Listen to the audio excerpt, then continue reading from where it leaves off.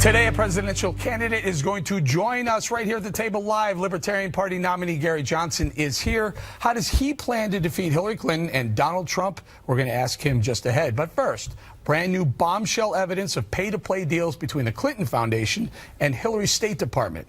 Newly released emails and phone records exposing the ties that the Democratic nominee has long denied. They show a senior executive at the Clinton Foundation was in regular contact with Cheryl Mills, Hillary's chief of staff, when she was Secretary of State. Meanwhile, Clinton said she turned everything over to the feds, but the FBI has dug up 15,000 previously unreleased emails. Hillary was on Kimmel last night brushing the matter off. I actually added it up today, and the State Department said that they have to release 15,000 emails by the deadline is a couple of days before the debate. Are you concerned about that? No. I would be terrified if my emails were released. My emails are so boring. Yeah. And I mean, I'm embarrassed about that. They're so boring. And so we've already released, I don't know, 30,000 plus. So what's a few more? Now, Donald Trump is calling for the Justice Department to appoint a special prosecutor to investigate. The amounts involved, the favors done, and the significant number of times it was done require an expedited investigation by a special prosecutor immediately. After the FBI or Department of Justice whitewashed Hillary Clinton's email crimes, they certainly cannot be trusted to quickly or impartially investigate Hillary Clinton's new crimes, which happen all the time. And an Associated Press review has calculated that more than half the people outside the government who met with Clinton while she was Secretary of State gave money to the Clinton Foundation, more than $150 million. Now, KG's special prosecutor, not a bad idea. You know, yeah, it's not a bad idea. You want somebody to do the job, don't you? You want someone to go through and make sure that there's transparency, because right now it's not like it's not speculation. There is evidence that there is pay for play going on. This is the last thing you want with the government. It's the last thing you want with someone who's going to be commander-in-chief and leader of the free world, somebody who has influence peddling and connections with the Clinton Foundation. Also shows poor judgment. You know you were running for president, okay? Why did you even engage in this? Why didn't you disassociate yourself completely from it? Why is it that people were able to get direct access to the Secretary of State, someone who was seeking the office of the presidency, quicker, easier than through direct channels straight through the Clinton Foundation? That's how you open the gate. Juan, it's pay to play, is it not? No, I'm sitting here. If you're taking money and providing access, you know, you guys are hyperventilating because, you know, Donald hasn't pivoted and things don't look great. But I'm just telling you, you know what? There's a real case to be made about the Clinton Foundation and quid pro quo and you know, lack of propriety. But you're not making the case. You're saying, oh yeah, this is proof. Well, there's no proof. There's no proof that she did anything. That she offered. Let me just say, there's not an iota of proof that she offered one special favor because of a donation to the Clinton Foundation. Access when you and get meetings. that, come back to me. So access is provided. Access, yeah, that's so. Okay, and then, well, okay, access, and then later on, deals were struck between U.S. corporations and foreign entities. No, that if you find that, yes. if you find it is, yes. There's Boeing, there's GE, there's Uranium One. Look, I mean, all of these deals, they're deals that are done all the time. But if you say to me, hey, Juan, you know what? I think this Clinton Foundation just doesn't look right because guess what? They're taking money. She's secretary. I'll say, yes, Eric, you got me. But at this point, Russians dropped $145 million into the Clinton Foundation after they did a deal getting 25% of uranium. That's a deal. All right, what are you talking? Come on, this is so weak. I'm amazed, but I guess you guys are desperate. Let's move on. Dana, and pay to play, yes, no? Well, it certainly doesn't look clean, and I think what Juan is saying is that you can't, there might not even be evidence that exists that says, okay, so she had a meeting, so she got the meeting. Getting the meeting is important. That's not always easy to do. So the Clinton Foundation, of course, and you can see it in the emails, they're constantly calling over saying, oh, hey, can you meet with this person? They're one of our friends. So, no, none of that looks good. The thing I'm worried about in terms of a special prosecutor is that if they kick this, let's say that the Justice Department says, fine, we'll take you up on that special prosecutor idea. And then that gives the Clinton campaign a reason to just shut down talking about it at all. And they'll just slow walk it, and the special prosecutor, in order to do due diligence, it would take weeks and possibly put it beyond the election anyway. So I think actually the stuff that the reporters are coming up with, like what the AP did today, is actually very damning. The other problem is that Republicans have tried to rely on beating the Clintons based on these scandals as they see them for decades, and it doesn't work. I don't say not pursue it, but they can't rely on it. May I throw one more thing out here, and Juan, you can chime in after Greg answers this. The 33,000 emails that she destroyed, she said they were personal emails. Does that mean Clinton Foundation business was on those as well? Because they will not answer that question, because if there was, I think now you might have a right to find the police back. It's interesting. These emails now have a life of their own. It's like mildew in a bathroom that just keeps growing and growing. And Hillary's response is like on Kimmel, just to turn out the light. Therefore, you don't see it. She just says, oh, there's nothing there. But we actually see it. And you have whom, in terms of this pay-for-play thing, Huma Abedin was selling influence in under the guise of access. Basically, what she was selling was a speed pass that you get at Disneyland. Yes. You get it. Oh, is this the next thing? Can I read this? Yeah, sure. Hold that thought, because this is exactly what Greg's talking about. Yeah. One of the newly discovered email exchanges show top Clinton aide Huma Abedin giving a major Clinton Foundation donor special access to the secretary, the Crown Prince of Bahrain. On June 23, 2009, Doug Band, a top Clinton Foundation executive, wrote to Clinton aide Huma Abedin, working at the State Department, saying, quote, CP, meaning Crown Prince of Bahrain, in tomorrow to Friday, asking to see her, good friend of ours, is what Dana pointed out as well. Abedin wrote back, he asks to see HRC Thursday and Friday through normal channels, and I asked. She said she doesn't want to commit to anything for Thursday or Friday until she knows how she will feel. Well, and then within 48 hours, Abedin offered up a time for the Crown Prince to meet with Clinton, quote, offering Bahrain's CP, Crown Prince, 10 tomorrow for meeting with HRC. If you see him, let him know we have reached out through official channels. I mean, no, it is like it's the speed pass at Disneyland. No, these people have so much money that, unlike other American citizens, they don't have to wait in line. So all they got to do is pay up. They get in. They get to go on the Matterhorn. They get to go on Space Mountain. They get to essentially go into the State Department because of this. Also, Huma, you know, she left, VIP pass. Yeah, that's what it is. Yeah, she left classified papers in the trunk of a car in India. She had stuff in the seat pocket. And here we thought it was her husband, Anthony Weiner, who's guilty of exposure. She leaves stuff everywhere. But she should not be in the White House. If this administration happens, that's the point. They can't have her there. I have a very, very important question for Juan Williams. All right. Can I add one thing to that? Yeah. I'm sorry, because I don't want to mess up the important question. I just want to point out that Huma Abedin, when she's doing this, she's working for both the U.S. taxpayer and Teneo, which is where Doug Band worked, which is what had the Clinton Global Initiative account. Our boss. I think they said our boss. Here's the very important question. Juan, how do you answer this? Okay. What in the world would the Crown Prince want to pay $32 million to meet with Hillary Clinton about? I don't think he paid. I think he gave the money to the foundation. Right. It's not like he paid like it was a bribe. Well, no, that's your assumption, not my assumption. I'm going to assume. Look, I'm going to assume that he gave the money, and let's put your interpretation on it. That he thought, oh, this will guarantee me a meeting with Secretary for $32 million. Let's say, he's the Crown Prince of Bahrain, one of the most strategic countries in the Middle East. Let's keep in mind. I'm guessing he would get that meeting if he wanted to wait. What was so urgent? Oh, I don't know what it was, because in fact, Bahrain, I would guess, had been banned from receiving U.S. military weapons because of their human rights violations. So there was a ban. So I don't know that they were getting any great treatment from the U.S. government. KG, couldn't that be perceived as a pay-to-play? I'll drop $32 million in the foundation. I get access to maybe making a deal. You're talking about perceptions. You You just said perceived, and I'm with you on this. I think that it opens the door to negative perceptions. Right. But if you say to me, hey, we've got the evidence, you don't have a thing. Not yet. Well, because stuff's been deleted, and now we're seeing that there's, in fact, evidence to be pursued, in fact, that she wasn't compliant. In fact, there were additional emails destroyed, so it's all problematic. And you know where we first heard about this one, at this table?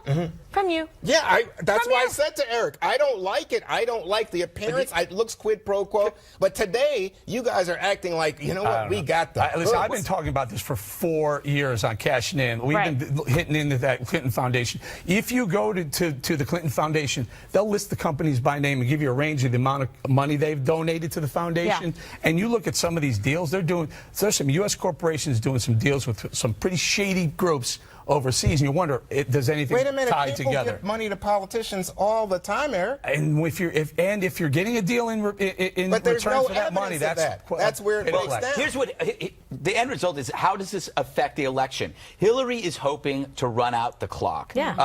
She wants to get to November before the emails get to her. So everybody has been talking for the past year, what a gamble Trump has been for the Republican Party. The real gamble, the real risk, is backing Hillary, because you always knew that there was this like giant hive of emails waiting to burst, and it could burst at any time. So they're just praying right now to get to November before the real thing explodes, and they put all of their chips on a historical first, and that blinded them to this very, very, very large flaw. But hang there. Let's get to this. I want to get Dana involved in this one. A lot of people are calling for the Clinton Foundation to fold over this. Very long time Clinton ally James Carville, in his dramatic fashion, warns of dire consequences if it does. The Clinton Foundation was taking no money for the Clintons, raising money from rich people and giving it to poor people. And all of a sudden, the press has decided that we're going to go after this and shut it down. And you know what? You're probably going to be successful. And they're going to be people that are going to die because of this. Dana, people are going to die if the Clinton Foundation folds. Yeah, so a little bit over dramatic. I do think that the Clinton administration, and you saw this in Bill Clinton's statement yesterday, where he said he would step down if she becomes president, that he would step down. And then he lists about, a page and a half of all the good work that the Clinton Global Initiative has done, though there have been questions, and the New York Times raised them, about where did all this money actually go. And also, I think that the Hillary Clinton people, you remember the two camps of the Bill Clinton and the Hillary Clinton people? You can imagine the Hillary people are sort of annoyed, because the Crown Prince of Bahrain, maybe on the merits, could have gotten a meeting with the Secretary of State. Uma Abedin says he went through normal channels to try to get the meeting, and they have tried to be helpful where they can be in the global war on terror. So presumably he could have got that meeting. But what the Clinton Global Initiative did, and what Doug Band is doing, is sweetening that possibility and basically making it look to the Crown Prince of Bahrain that if you do this, then it is more assured that you would be able to get that meeting with her. It's all pretty bad. Final thought? And it's not the media's fault for bringing this up. If Carville thinks that people are going to die, this is not something that we came up with. This is something that is being revealed. No, but Carville is saying, Dana, it's a 5-star charity, according to independent charity rating organizations. He makes the point that Clintons have taken no money. In fact, they've given money. So that's not the point. The point is that it looks bad. It looks just like what we're talking about, that someone's paid to play, as Eric described. And therefore, isn't it worthy of an investigation? We do have to go. They're wrapping us. They've done Wait, remember what Bernie Sanders said? No one cares about these emails. Right. Damn emails. Damn emails. I didn't want to swear. We need to go, but Charity Navigator decided not to rate that charity anymore because they couldn't figure it out. So 5-star, maybe in the past, not now. President Obama finally made it to Louisiana today for the tour the damage from catastrophic floods that have displaced thousands and killed at least 13. What he said when he got there, coming up. And still ahead, Libertarian presidential nominee Gary Johnson joins us in studio at this table. He thinks he can beat Trump and Clinton in November, and we'll tell you how in a few minutes. Don't go away. Well, thousands of residents in Louisiana are in need of help after widespread floods destroyed their businesses and their homes. Sean Hannity spoke to some of them yesterday when he traveled to Baton Rouge. I hate to say this. No, say it. Because I love America. I don't want to live anywhere else. And I know our crew does the best that they can do. Right. But I don't think Washington gives a hoot about anybody but their pockets. Did you see the president playing golf during all this? No, I didn't. Because I don't have a TV. Good point. President Obama finally visited the disaster zone today and addressed the criticism over his delayed trip. Sometimes, once the floodwaters pass, people's attention spans pass. This is not a one-off. This is not a photo op issue. One of the benefits of being 5 months short of leaving here is I don't worry too much about politics. You know, when disasters strike, that's probably one of the few times where Washington tends not to get political. You know, I guarantee you, nobody on this block, none of those first responders, nobody gives a hoot whether you're a Democrat or Republican. Okay, so Dana, what do you think after hearing these comments? I don't know. I was kind of surprised by them, to be honest. Both the woman that Sean Hannity interviewed and President Obama used "don't give a hoot." This is actually kind of an interesting turn of phrase. You wonder if he was watching Sean Hannity, although I doubt that. I think that the thing about safe. President Obama said that he doesn't worry about politics now, but when he was running, he would take advantage of politics and go after people for their disaster response. Fine. If we're going to call that water under the bridge.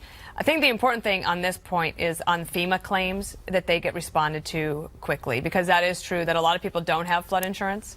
What are you guys talking about? You're laughing. They said water. I know. I said it on purpose because I get it. Like there's flood waters under the bridge. Got it. That's all I have. FEMA claims. Can I add to that, though? No, can I add to that? Freaking No, but there was something very important there that you touched on. President Obama admits that this whole disaster idea is political. Yeah. That he admitted, he goes, now that I'm not running anymore, I don't have to be. I don't have. It doesn't matter as much to show up or when not to show up. But when I'm running, I will not only show up, I will castigate anybody and everybody who is politically different from me. So as much as I'm sick and tired of this ping pong of who's less caring and that, oh, we're going to do the story because it hurts Obama and MSNBC is going to do the story because it hurt Bush. The fact is the politics as personal began in the world of liberalism. They're the ones that made it an essential ingredient in every meal. If you belch, someone's going to politicize it. It wasn't like that 30 years ago. So now when there's people suffering, the only time we talk about it is if we can get political points. Yeah, I know. And it just seemed, Derek, that he was just so glib about it. I didn't feel like genuine concern. I don't know. It just bothered me. We saw that clip that we just played. And it's like, talk about trying not to rehabilitate, make yourself look good. Talk about the people. Talk about the suffering and about what you can do to make a difference. Yeah, he's genuinely relaxed. He's relieved. He doesn't have to play politics, as Greg and Dana have pointed out. It's much better for him now. He can just show up when he wants to show up. Said he's Fact done is, soon. though, he didn't decide to go there until Donald Trump changed his plans and went there. Here's the big question, though. Where's Hillary? When is she going to go? Is she going to go? If she doesn't go, is she going to say something? Is she going to do something about it? Bill Clinton was always going to these things. He was very good about going to disasters and helping people out and showing his face, saying, hey, these people need help. And forget what the politics are. If you listen to the people in Louisiana, even the elected officials in Louisiana, they're saying, we need more attention. We need more resources. We need more help. And when the president shows up, you get attention, you get resources. Yeah, well, it's true. And that's what you want. You want to help people that are suffering and families. And, I mean, they don't have anything. All their belongings are out in the front yard or floating around. Sad. Well, let me just talk about some facts for a second here. Okay. One, the president had talked about going much earlier and was asked not to go by Governor John Bel. Why? Because you don't want all the attention to the president in the midst of a crisis, and that totally makes sense. The second thing to say is $120 million in aid has been approved for Louisiana in the last 2 weeks. Mm-hmm. So this idea that, oh, gee, nothing, federal government's not doing it, no help. Wait a second. That's not true. This is 12, almost, was it 10, 11 days That's fine. since the storms dropped? Let me just say, if you were concerned with appearances, you do what Donald Trump did, which is basically a fly-in. Well, they said he had 49 seconds of actually both were happy that Trump came. No, they said fine. Once he's there, it's a fact because it draws attention to the crisis, to the disaster. Well, what does the president do? It draws more attention. The president would draw things like state troopers, police, everybody would have to protect and surround the president. That's not what's going on. Presidents shouldn't show up to disasters ever. Absolutely not, because I think the president is comforter in chief. And going back to what Dana was talking about, what happened with President Bush and Katrina 11 years ago was the left, this is what Greg was saying, attacked him and they felt, oh, but you know what, there was real failure by FEMA during that time. And I think people will acknowledge that. So that's not the point. But those points that you just made about that the president shouldn't go and take resources away, this is something that I said on the record. Right, well, that's fine. But the left did not The problem, Dana, was the problem of the FEMA. I agree with that, but that was not politically what they went after. Okay. They went after him personally. Well, you're right. It is true. I'll give you that point, but I'm just saying FEMA had some real trouble. Well, the other thing is we didn't cover this story about the floods until it became political either. Okay. And we should have done more. We did one more thing on it, though. You did. Okay. Well, we did as a group. And now we're covering it, and we're going to stay on it, right? Stay tuned, because up next, Gary Johnson makes his 5 debut, the Libertarian presidential nominee, on his bid for the White House, the war on terror, immigration, and much, much more ahead. So after every recent ISIS-related attack, we're warned not to go overboard in the war on terror. We're told by libs and libertarians alike that you're more likely to get struck by lightning than offed by a jihadist. That's the thing with statistics. They can be right until they go very wrong. Let's take lightning. While it's true it's a common threat, there are things you can do to escape it. Don't stand in a field during a storm holding a 5-wood. Not so much with a suicide bomber. Unlike lightning, a terrorist goes out of his way to seek victims. A terrorist has a brain, lightning doesn't. When you close one door, the terrorist finds a window. Also, lightning hasn't changed in billions of years. Terror changes more so than climate. As it weds to technology, the body count rises. No longer a plane and a box cutter, it will be a drone and anthrax. You can expect a major attack hitting a big city in the next decade. Sorry.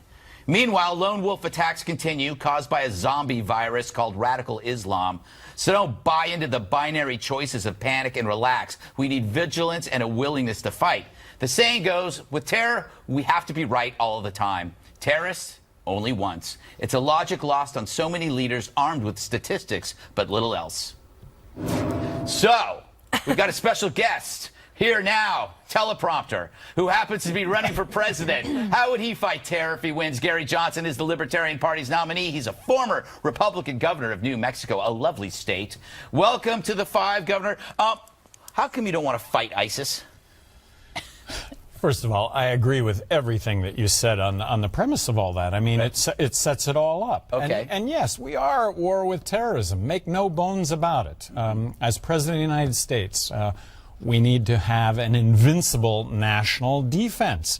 But when we get involved in regime changes, I can't think of a single regime change in my life that has resulted in anything being better as opposed to being worse. What about the Nazis? Well, that wasn't in my lifetime. Oh, okay. You know. But Governor, didn't you say ISIS is cooked and contained? And They are. Well, cut they the are. military by 20%? Well, the BRAC Commission itself says. Well, that I'm just saying. You responded to Greg by saying, "Oh, we need a stronger military." I don't think the military. by stronger military, we need a strong national defense. Make no bones right, about but it. if you know that the people who believe that would say, "Cut the military 20%, Governor." How dare Well, that's the BRAC itself. That's the Pentagon appointing the BRAC Commission, and the BRAC Commission recommending that U.S. bases could be cut by 20%, and that hasn't happened. Well, that's term limits, and that's congressmen and women protecting their own turf in their own states, which I get that also. But look, budget.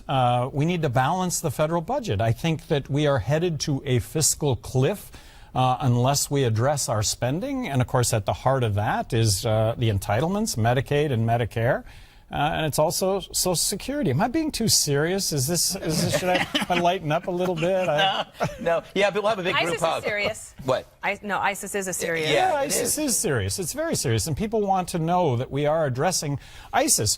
These inspired terrorist attacks coming from ISIS, I mean, that's the word. They're inspired. They're not they're not coming off the battlefield and going into war against the United States. But yes, we should have a vigilance to all of this. And you said, is there going to be an attack in the next 10 years? I think for the last 10 years we've been talking about the fact that there is going to be an attack. And Can I ask you then about the ideological threat? Because I think that you would agree that we are fighting an ideology. So one of the things that's difficult is then how do you actually fight and win against an ideology where they want to destroy our way of life in Western civilization? You have ideas on that? Well, you hit it on the head. And okay, so we wipe out ISIS. Well, we wipe out ISIS. We're going to create a void that ISIS came out of the void of Al-Qaeda.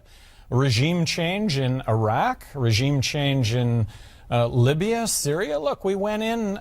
This was not intentional, but Obama and Clinton go in and we support the opposition. What was the opposition in Syria? The Free Syrian Army, this mythical army that was going to oppose both ISIS and Assad, and we arm them, and in fact they get beaten, and the arms end up in ISIS hands. Well, this is what happens when we support regime change. Mm-hmm.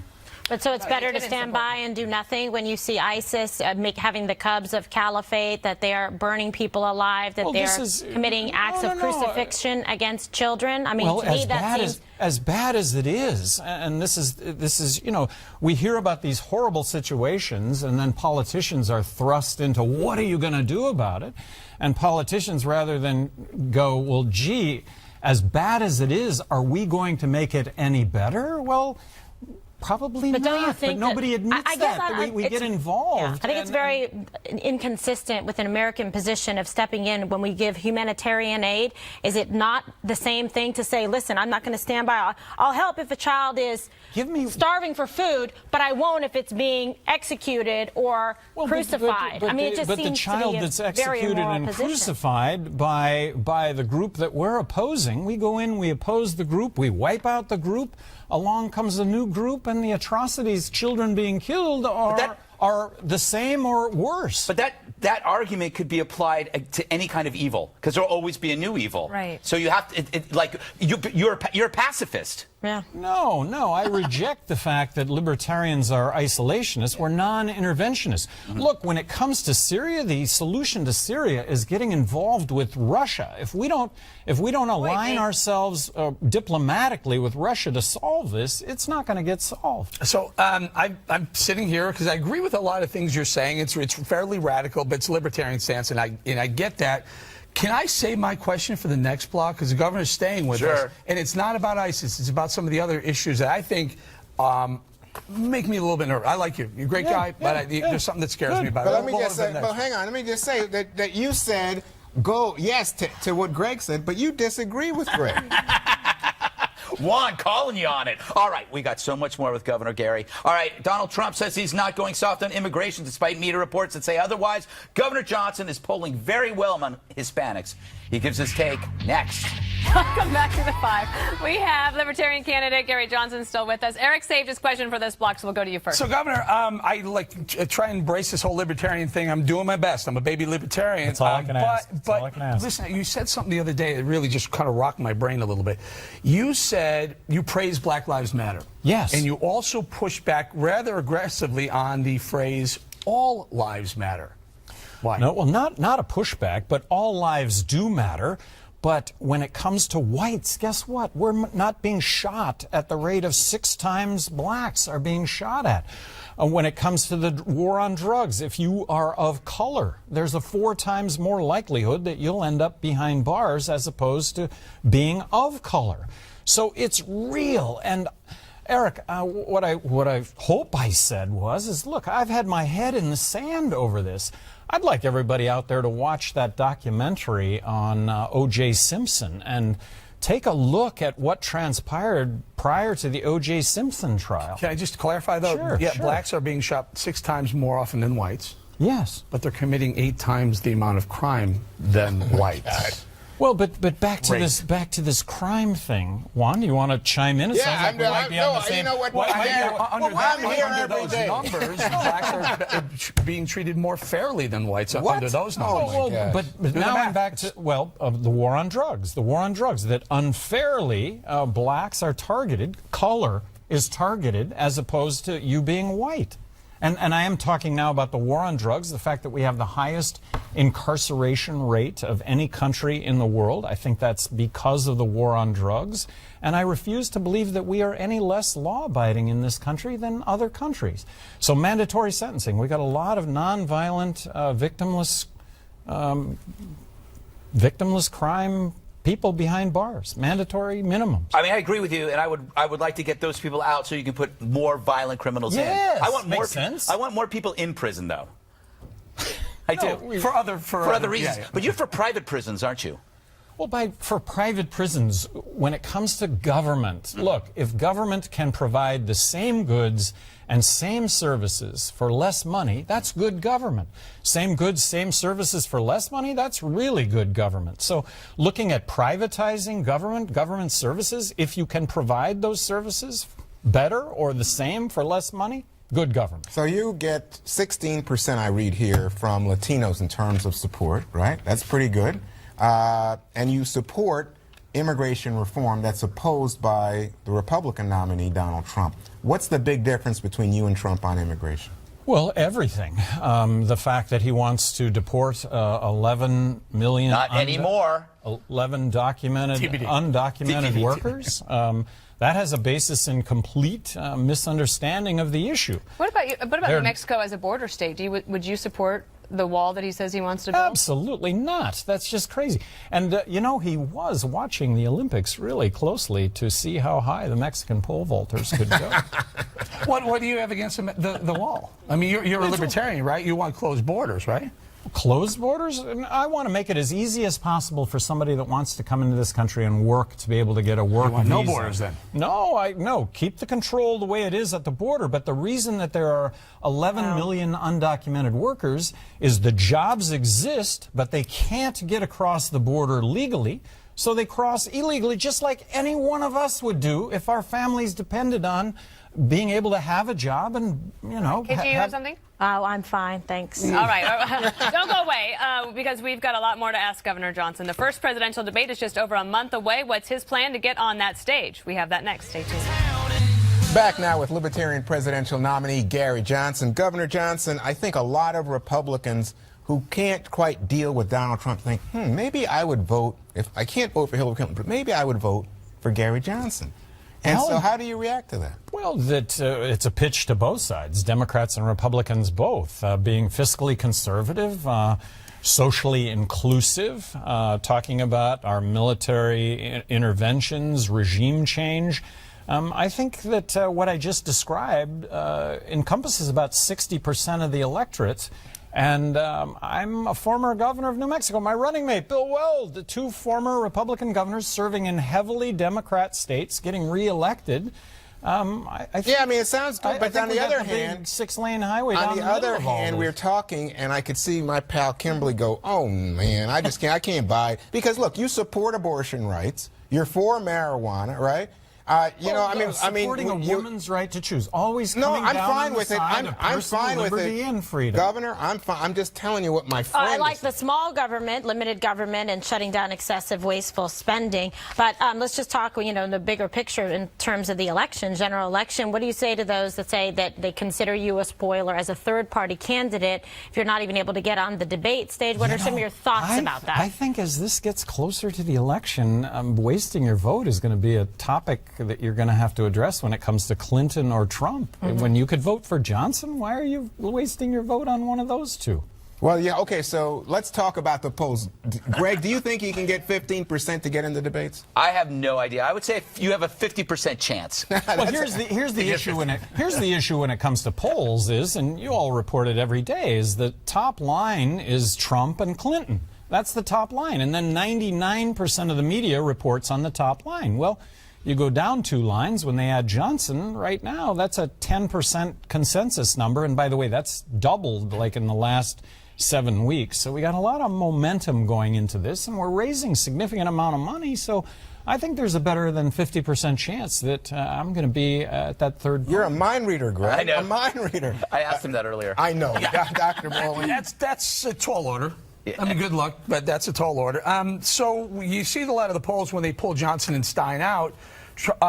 Jill Stein is the Green Party candidate. Trump does worse. So you're actually polling from Hillary Clinton more than you are from Trump, oddly enough. Yeah, no, that's the way that it's come down. When at the end of the day, I think it'll be equally from both sides. But look, wasting your vote, and that's what I get so often. Wasting your vote is voting for somebody you don't believe in. That's wasting your vote. All right, so we just should note here that the Five actually invited Jill Stein, the Green Party candidate, to come on. So that invitation stands. That's out there. And that's a very important point because you have 5 polls now. The Presidential Debate Commissioner says there are 5 official polls that they will use to judge.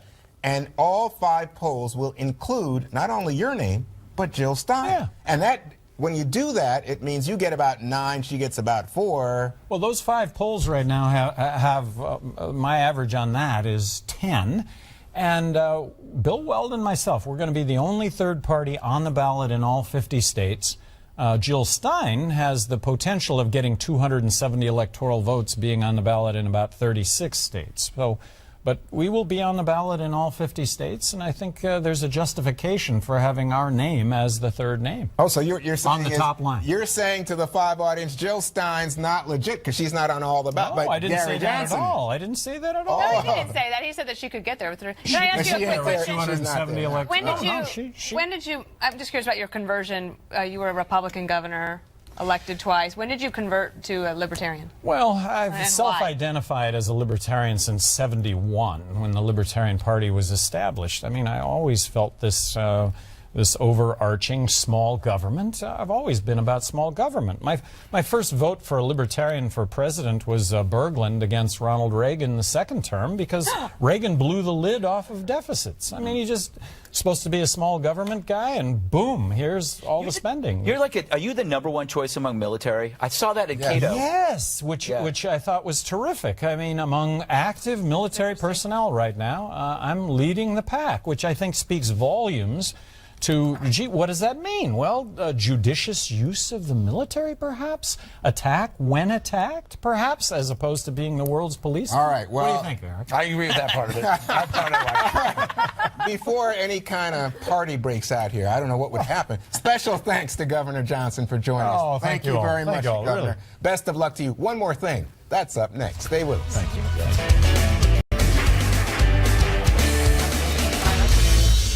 Time for one more thing. KG. I mean, it's a good day for Kentucky Fried Chicken, isn't it? Kimberly's Food Court. All right, guys, you probably lay awake at night wondering what exactly is in this delicious KFC special recipe. Where are you? Yeah. Of delicious fried chicken. So, the Chicago Tribune is reporting that it may have uncovered the Colonel Sanders secret recipe, Greg, okay?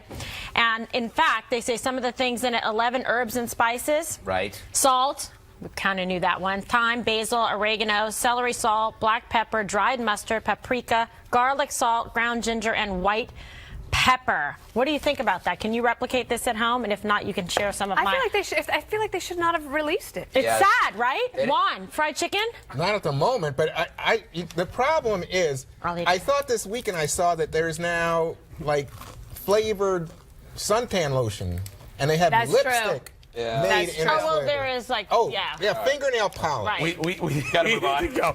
Very quickly, go to foxnews.com/opinion. Have a piece up today, just up now in the last couple hours, on will Hillary release some of the Clinton Foundation billions to help the people of Louisiana? I mentioned it yesterday. Got a lot of Twitter response on that, both sides. So love you to read it and give me some thoughts on Twitter. Hit me up on Greg, Twitter. you want some chicken? And now Gregory. Yes. I also have a piece. Where is it? It's called "Are You a Troll?"